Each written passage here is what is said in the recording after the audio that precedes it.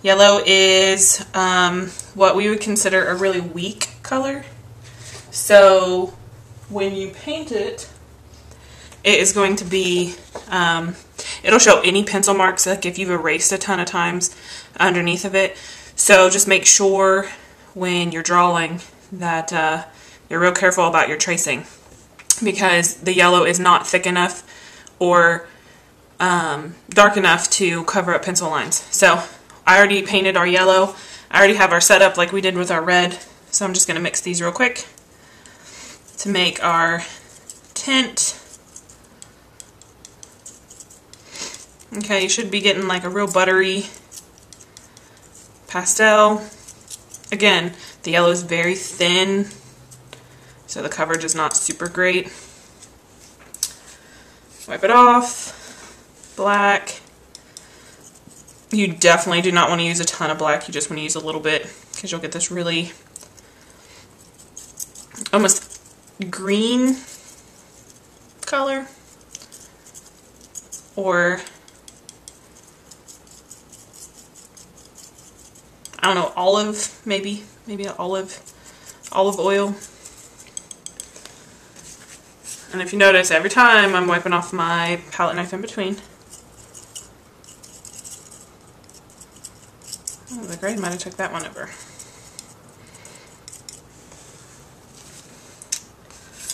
I'm gonna add a little more yellow to that one.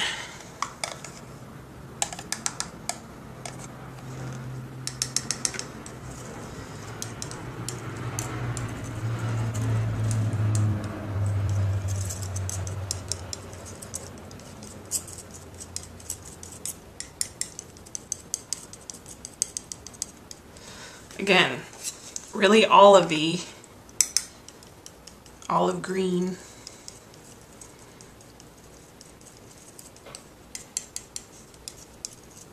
Color. So as you can see, I'm kind of adjusting as I go, because if it looks like gray, then it's probably got too much gray in it. If it looks black, it's probably got too much black in it. You still want to see traces of the color. Let me paint these real quick. So going in with a clean brush.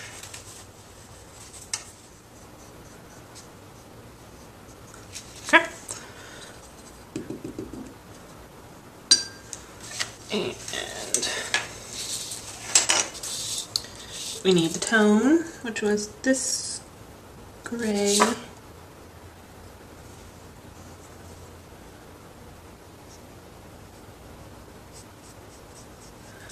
It's almost got like a baby food consistency to it, so it has the potential to look really thin because that yellow is just not a very thick color. So you have to make sure you really work out your paint lines, or else you'll have to see every stroke that you made with your paintbrush. So just be very careful when you're doing it. You might wipe some paint off your brush so that you can kind of distribute it nicely. Okay, and lastly, our shade. So what's really nice about this is that we haven't moved away from primary colors yet. So we haven't had to do any pre-mixing of a color before we make tint tones and shades. So, in between yellow and red is a color. So if we equally mix yellow and red together, which is the plan, let's see what we get. So, we're trying to find this, well, first of all, here is your hue, tint, tone, shade of yellow. So if you notice, these two don't even look like yellow, they just have an undertone of yellow. Same thing with this. I mean, they look purple. So don't be shocked, don't be surprised. So I'm just going to leave that yellow on there and we're going to work on our next color. So we need your palette knife, you're going to dip out red. Now I want you to dip out a little bit of red because we need to mix this with 3 different things and we need to actually paint the hue. So we need to paint all 4 squares with this. I probably still got too much. So you do not need a ton of paint. Like, this is not a competition of who can use the most paint. At the end of the day, you're just being wasteful if you use an entire, if you fill up an entire well of this for one color, it's too much, okay? That's why we use this little palette knife to just get a little bit at a time. So, if you notice, I always kind of keep mine separate.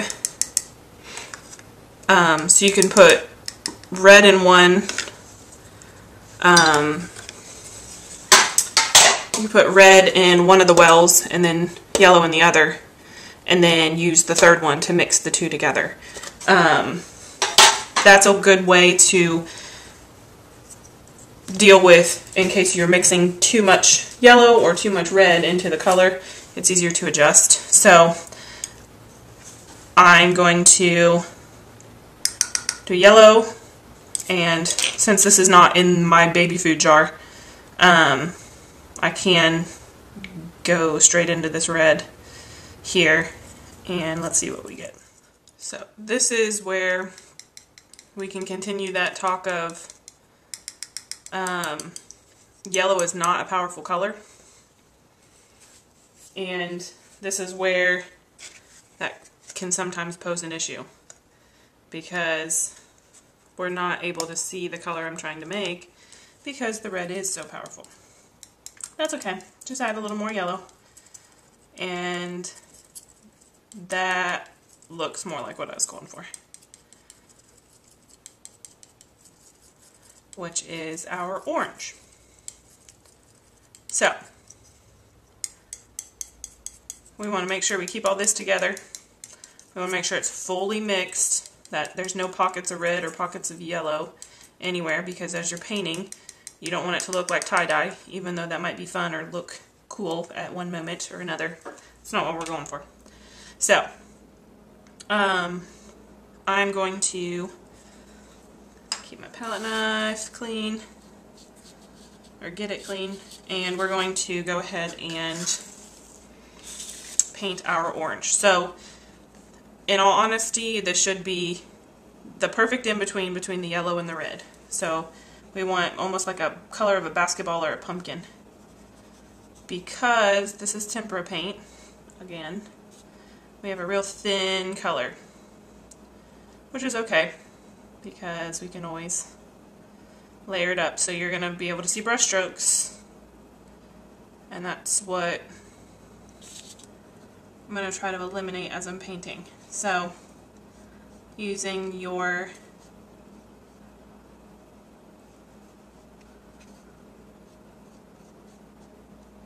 paintbrush, just kind of make sure you're evening everything out. Okay, so there's our orange.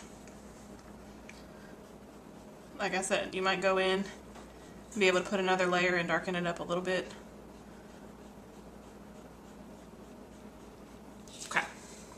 So there's our orange. That looks pretty good. Again, crisp edge lines, super important for your craftsmanship. Okay, we're going to clean our brush out.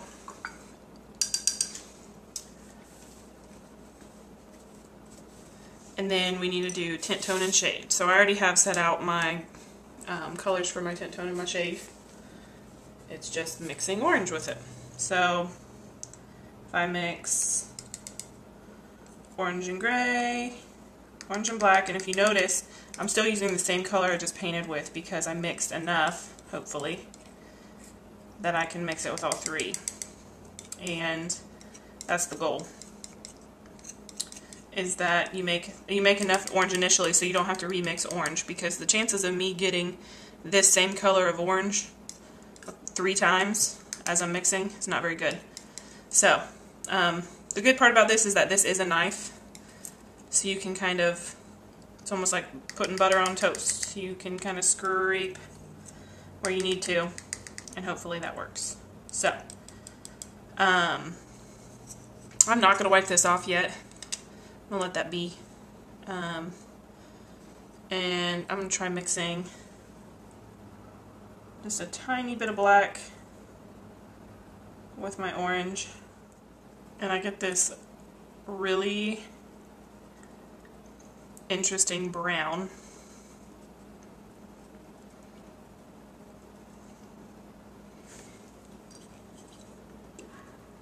Which is fine. I'm okay with that. Okay.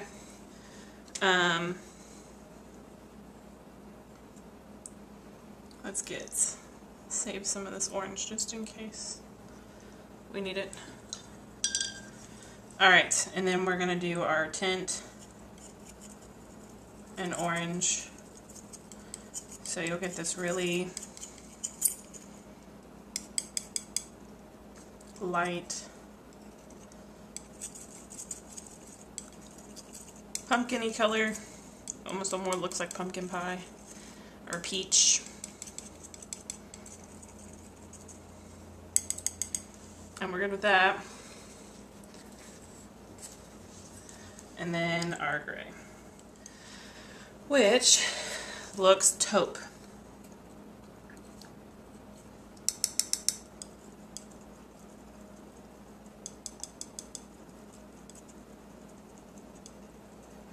Taupe is like a gray brown. So, there's our three. Let's hope we have enough to go around and finish our color wheel. So, I want tint, tone, shade. Tint is going to be the real pasty color. These pastels are very cheerful usually. Again, going in, cleaning up my brush strokes, smoothing out my color, making it really uniform, and making sure we butt right up against that orange. Okay?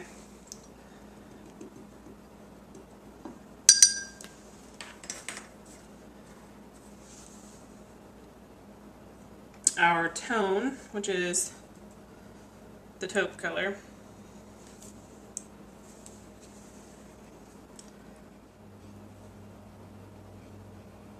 okay, taupe, and or brown, whichever. And then our last one is this almost like a saddle brown versus the gray brown, because this one just has the black in it.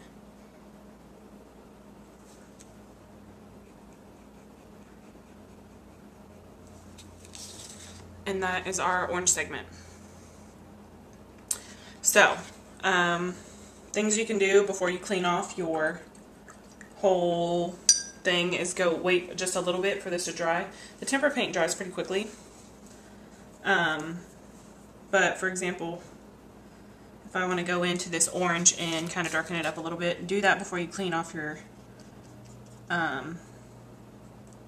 palette, because you have this orange right now, and once you clean it, you won't be able to make it again. You can get close. I've been mixing colors for a long time, and I still have troubles sometimes getting perfect, so that's okay. And then, so I'm not going to show you any more of mixing the tints, tones, and shades, but I do want to go over how to get the rest of the hues. So, the rest of the hues is our next goal. So I'm going to clean up, and we will go from there. So, there's our start to our color wheel.